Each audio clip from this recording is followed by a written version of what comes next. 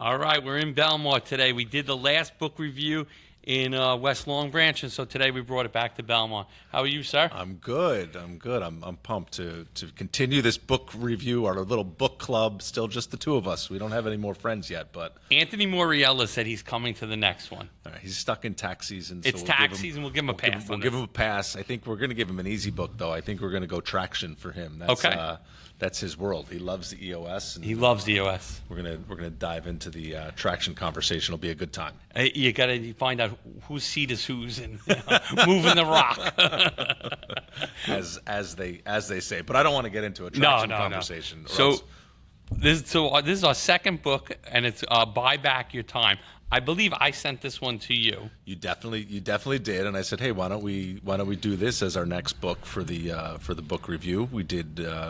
Your Next 5 Moves by Pat Bet David was the prior one. Which was great conversation. I got so much out of that book because that one I actually read twice, or I listened to twice and read and did all some notes. When you say read, you actually opened the book?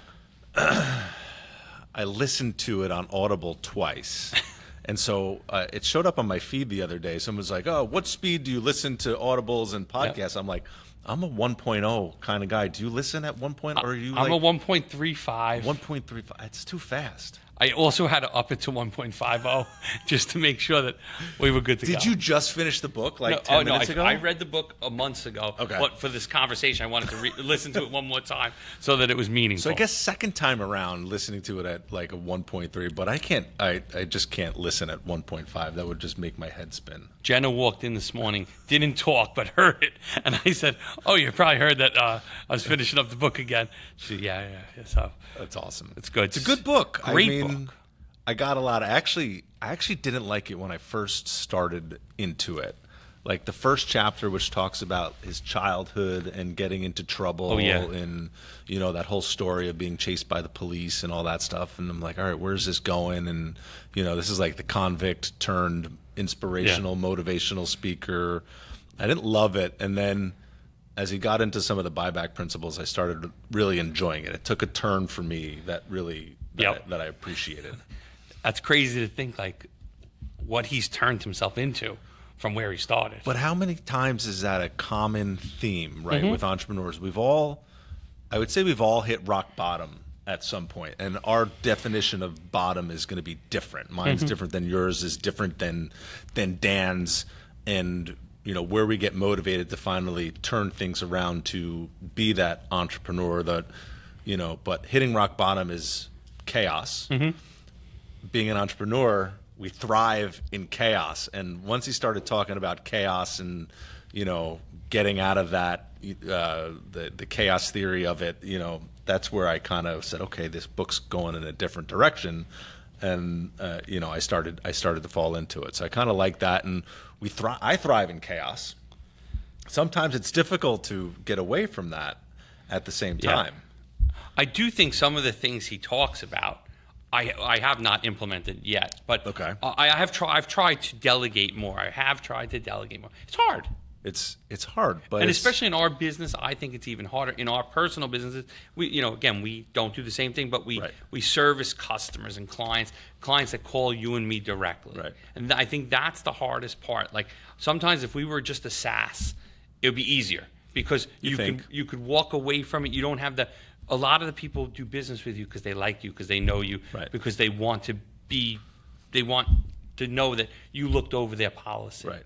So that's where we're gonna jump ahead because of what you said right there, and it's somewhere in this workbook here, but it's the principle of the 10-80-10 principle. I love that. Which I love that piece a lot. Right. So it talks about doing the first 10%, which I do often. I take phone calls from prospects all the time. I love having that initial conversation. And then if I need to be brought in at the end to put the finishing touches on it, I'll do that too. But I'm able to give away the 80% of the project to get most of it done and then still be there as part of it. So the 10-80-10 principle was one of my favorite takeaways of the book, right? So do the first 10%. give away 80, let somebody do the 80, come back and then in. come back and review it and make sure it's got its final touches on it. And just before I walked in the door, I was having a conversation with one of our team members who's working on a large personal package for a VIP style client, who I started the conversation. She's getting everything organized and having some interim conversations. I was like, well, schedule me for 3 o'clock today, and let's get them on the phone again, and let's see if we can't close the deal together. Because sometimes it takes me getting back on that call just to make sure that we sprinkle that fairy dust on it to make sure everybody's happy. Aaron's approval. I've always done it. I've never had a title around doing it, but now being able to call it the 10-80-10, it's great. And then being able to share that with my team at the same time, I think is super cool. Now, what did you think of getting rid of your email? I can't do that. You're not there yet. I'm not there yet. But I did provide this book to one of our other team members to read. So Noelle is actually on vacation this week. I bought her this. I bought her one of the Amazon workbooks that like comes with a professional workbook, not the one I printed out off his website, which is actually pretty good. There's a lot of really good information in this workbook. But I asked her to read it because she helps with a lot of the delegation tasks for the team and some stuff for me personally. So I thought this was a good book to share with her as, you know, we want to get more things done. I said, read it for 3 reasons. I said, read it. 1, what can we do for you, right? I want her to figure out how we can buy back some of her time, what she thinks she can do for me, and what about the rest of the team, right? What can we buy back from everybody else? And the principle of buying back, I think, is pretty cool because it's less hire for, right? What does he talk about? Hire for growth. Don't hire for growth. No, hire to buy back your time. Yeah. Which is great. It's an interesting way to think about it. It's very interesting because a lot of times you put a person in a position just to get tasks done, but it's not actually helping you. And when he talks about like one of his companies where he couldn't put another developer on because like they would have to, it wasn't helping him. Right. And I think, you know, you look at like the guy from Disney who had, you know, the guy who went to Disney World and had like that panic attack. You know, we're just so used to dealing with such stress and such chaos on the daily. Like we just run, like entrepreneurs just keep going. Like they just. But what is he talks about? Stop just getting shit done, right? And GSD. I love like, right?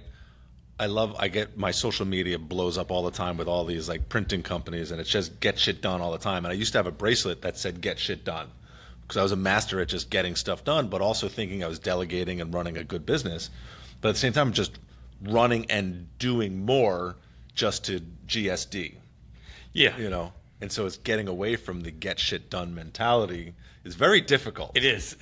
But I don't know if I'm ever going to do that. I don't know if I could ever do that. You know, when you think about it, like I want to start to delegate some more tasks, and I'm like, why do I have to read all my emails? Like that one's like I can't. I'm not yet at the point of I'm ready for someone to open all the banking apps and do all that. Sure. But I would start with the email. I would start with getting the emails. Like, you know, we have emails that I don't need all of them. You don't need all of them. Yeah. Give me, and you know, or just give me the ones you want. Also, I like that the morning meeting, like the 30-minute meeting, the Branson executive assistant meeting, 30 minutes every other day to go through the list. Like, I think that would be helpful. Right.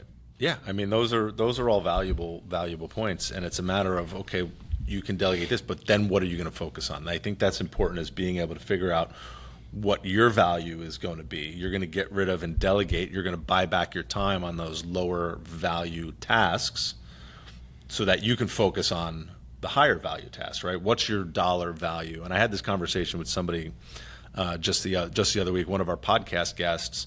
You know, he's like, I was working with a coach who said my value needs to be $500 an hour.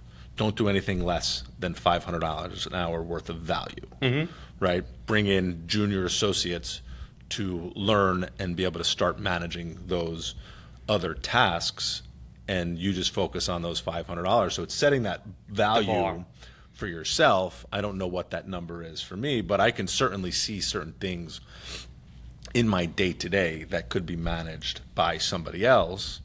But, you know, can't hire everybody at once. No. And you got to just, and I think it's like a learning for us entrepreneurs too, Right. because we're used to just getting shit done. Right. And now all of a sudden we have to say, wait a second, I'm not going to take that one. You know, even when he was talking about answering emails and, you know, his assistant says, hi, this is so-and-so, Yep. and I'm going to get to this faster than Dan will, and with a smiley face. So like they know why the person Right. does that. I think, though, one thing that I think hurts guys like you and me is people want to talk to us. Right. But, you know, getting it done 80% of the way is better than... Well, he also had a popular quote in the book, 80% done is 100% freaking awesome. Yeah. Which is kind of cool to think about. You're like, okay, it doesn't have to be perfect, but if you can get it to 80%, that's really, really good. Yes. And I like that mind. That's like a mindset kind of thing. And he talks a lot about mindset in his book. And now that I've downloaded the workbook, Dan, I'm also getting all of your emails that talk about the mindset mastermind and all of the groups and, you know, and how he's going to help us. Because all these authors, Dan Martell, Pat Beck-David, Dan Sullivan, Gino Wickman, at the end of the day, they're all trying to sell themselves as the coach for you, right? So regardless of who it is, I think it really comes down to which personality fits best to manage you. Like I've been into Chris Voss, Never Split the Difference, right? Hostage negotiator leadership. I get all of his emails and some of his workshops that he's putting on, like I would really like to go to. I just haven't pulled the trigger to be able to do that yet and put that into my list of things to do. And it's kind of like, all right, do I want Dan Martell to be my coach? Do I want to go that direction? Do I want to go Dan Sullivan, who, not how, 10x is easier than 2x? Do we want to go Gino Wickman, go the EOS worldwide route? Like there's so many different routes. In the end of the day, I think you get a lot of the same value out of them. Yeah. It's just who do you connect with best and how you're going to be able to connect those dots. But one thing I was looking through my notes before is the replacement ladder when he talks about starting to be able to schedule what tasks are you going to start moving away, how are you going to replace those certain tasks. I thought it was a cool chapter in the book to, you know, do we need an admin for it? Do we need somebody higher level for it? Do you have an admin assistant? I do. Yeah, we have somebody in the office that's responsible for people and processes. Okay. She's not my personal assistant, but at the end of the day, she's handling a lot of those people and process tasks that, you know, I can't do, so that the production team doesn't have to do it either. So it's shifting that around, so somebody's responsible for technology and, you know, leading the game on processes and making sure our people have what they need, making sure our handbook is up to date, making sure people get onboarded and, you know, anything that they have. So we have our people and processes person, which I think is super important, which takes a lot of these away. But in this same chapter about the replacement ladder, he talked about delivery. That's one thing where we don't do a good job of right now. We're not delivering the final policy package in the best way we can. We're doing a good job of collecting data, getting people in the system, and taking their money. We need to do a better job of then giving them more after the transaction is closed, that delivery piece of it. So I've actually put somebody into that delivery mindset who's going to be getting their insurance license, and then their focus as part of the team is going to be focusing on the delivery after the sale. Super important for what we do, and we realize we don't do a great job of that. We do a good job of getting people in the door and taking their money. We need to do a better job of delivering to them afterwards, making sure they understand what's next, and then we can ask for the referrals. Yep. And what's the communication method after someone gets their policy? Right now it's through the automation, right? They're getting the automated email delivery, but they're not getting that personal follow-up phone call. We're missing out on a little bit of that. Okay. So we're just adding that extra touch so that we can take it to another level. We can add more services post-fact, more risk management related items post-fact that we might be able to resell to other people. But what separates us? What's going to differentiate us from somebody else? And I want it to be that delivery piece of it, not the here's your quote, thank you for your money, see you later, bye. Sure. I mean, I think that will do wonders because it'll help the referral game. Right. Instead of forgetting about it, and then at renewal, it's like, take the money and run. Hey, we need more money. Let's not have a problem. Exactly. Delegation. I mean, again, that 80% done is bad. That's a really, I think, something that most entrepreneurs can learn from on that. Right. What do you think about this piece, the five time assassins? Here I am using these notes from this. This was early in the book. The 5 time assassins was a pretty interesting chapter to learn about what's sucking your time away as a business owner, as an entrepreneur. And you easily can get distracted very quickly. I think that's kind of the entrepreneur way. That's why we're here. I'd rather be doing this than sitting and doing actual work, but this is kind of actual work in a sense. This has long-term value to it. Pretty soon they're going to be asking us to do reviews on TV, more than in Belmar on our podcast. That's the hopes. We're going to start a whole nother podcast channel for this. That's what sucks your energy too. Not only where money, what the best use of money is, but also like what sucks out your energy. Yes. Yeah. I mean that's a huge part of it. One thing that I did on the personal level is we have somebody that helps with the driving of the kids, picking up from school, taking them to activities. I don't want it to take away from my personal time with my kids, but I also don't need to leave work at 2:00 every day to go pick them up from school, get them a snack, make them dinner. Like, being able to hire somebody to do that. So you have a house manager? Not a house manager yet, but someone that's in training, an intern for the house manager. But reading about that chapter in the book and how Dan does it, I'm like, that's kind of what I need. Yeah. So we have somebody that helps with the kids, and I've heard of people having house managers. I just thought it was like for the super wealthy, but there's actually a way to bring it into your day-to-day as long as it's buying back your time so that you can do other things. I can spend better time with my kids.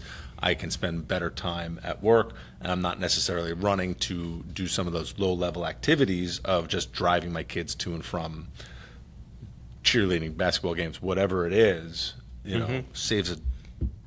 Buys back. I don't want to say saves time. Buys back a lot of time for me to do those other high-value things, but it also allows me to spend that time with my kids. That's necessary as well, which I think is important. Mm-hmm.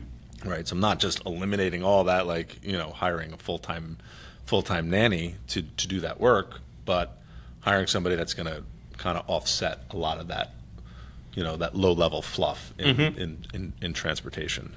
Have you started to get behind the video camera for recording yourself? That's a great concept, right? The camcorder method, is that what he calls it? Not yet. But I think Google just came out with their new Google Notebook, which allows you to set up the playbooks. Mm-hmm. So there's Google Workspace, who we're all in on, has a new notebook method where you can build playbooks and then use Gemini as your search tool within your playbook to find stuff. So we're almost there. We've got a lot of videos recorded, but I think that concept of using the camcorder method of recording yourself doing your tasks and then being able to upload it to Google Workspace or to any of the AI platforms tools that can do create the same thing is kind of cool. What about you? I haven't, but I was going to tell Andrew we're going to probably start them. There's a lot of tasks that I do that someone else could do and probably at the end of the day do better. Do it better. Like, I think that I do it great, and I want to believe I do it great, but I am sure that there's tasks that can be done better. And a lot of the jobs at Wingman, I don't do. Right. Like, I don't write social media. Jenna handles that.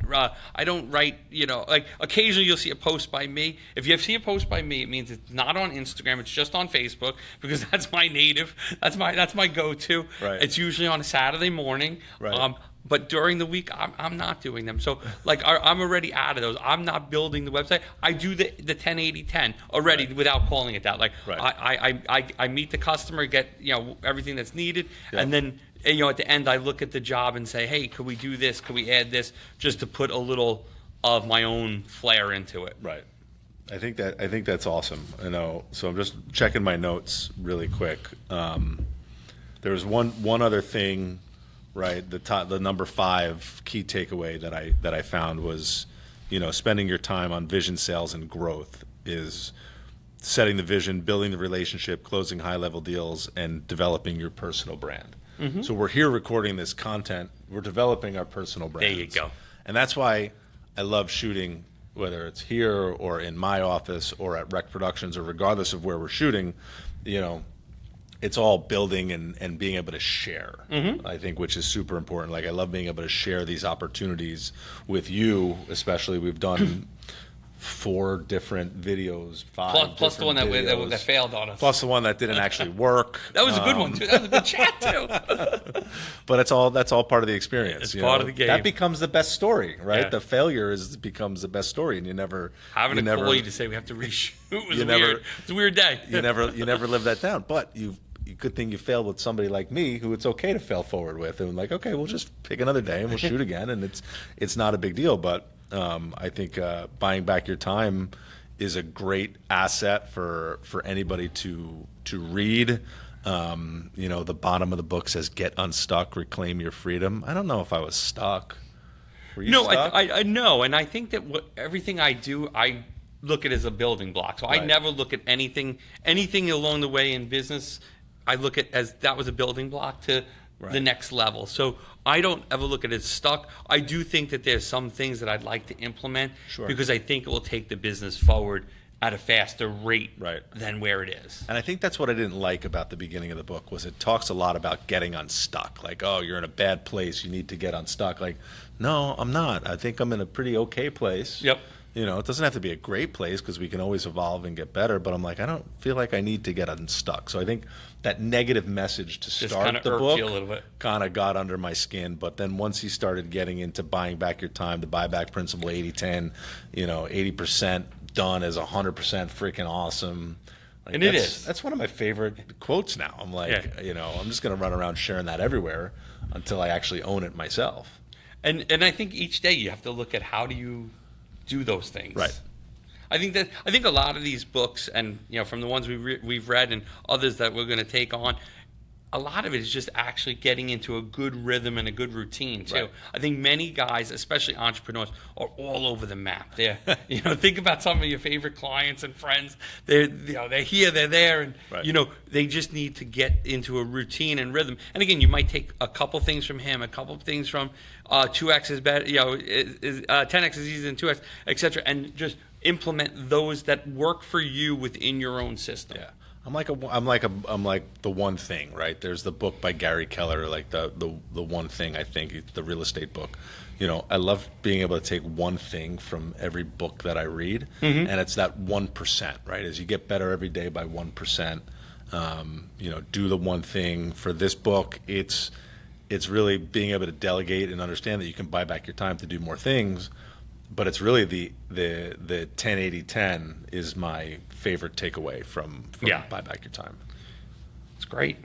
Another successful read here. If you want to join the book club, just reach out to Anthony Moriella. You're next on in here at the end of April. One of these days, I think I want to get like 4 or 5 people around this table to talk about a book and just get totally unhinged with it. It sounds really nerdy, but you never know. We need 2 more people because we got Anthony. We'll get him. All right, perfect. Good. If you're interested, let us know. Tom, thanks. Great. Thanks for coming in.